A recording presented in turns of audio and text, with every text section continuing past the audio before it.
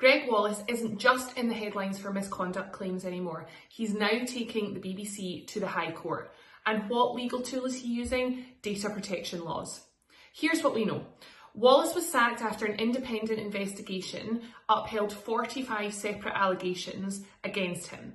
These ranged from inappropriate sexual language and jokes to culturally insensitive comments and even an allegation of unwanted touching.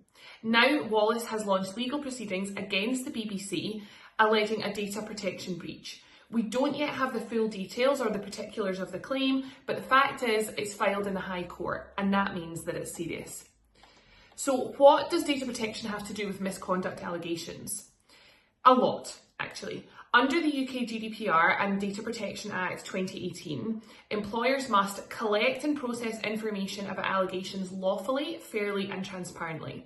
They must limit access to investigation findings to those who really need to know. They have to store sensitive data like details of complaints or witness evidence securely, and they have to ensure that any public disclosure does not go on beyond what is lawful or necessary. If an employee feels that their personal data was mishandled, whether that's through over-disclosure, leaks or inaccurate reporting, they can sue for damages, even alongside whatever goes on with the disciplinary claim. This case shows how reputational scandals can spill into privacy litigation. For businesses, the takeaways are clear. Document your processes when handling misconduct complaints, separate the investigation from PR and comms to avoid unlawful disclosure, train managers on confidentiality and GDPR breaches, and keep legal oversight, because internal investigations often tread into sensitive data territory. So while the tabloids are seeing this as a celebrity drama, the underlying issue is something every employer could face, and it could be very serious.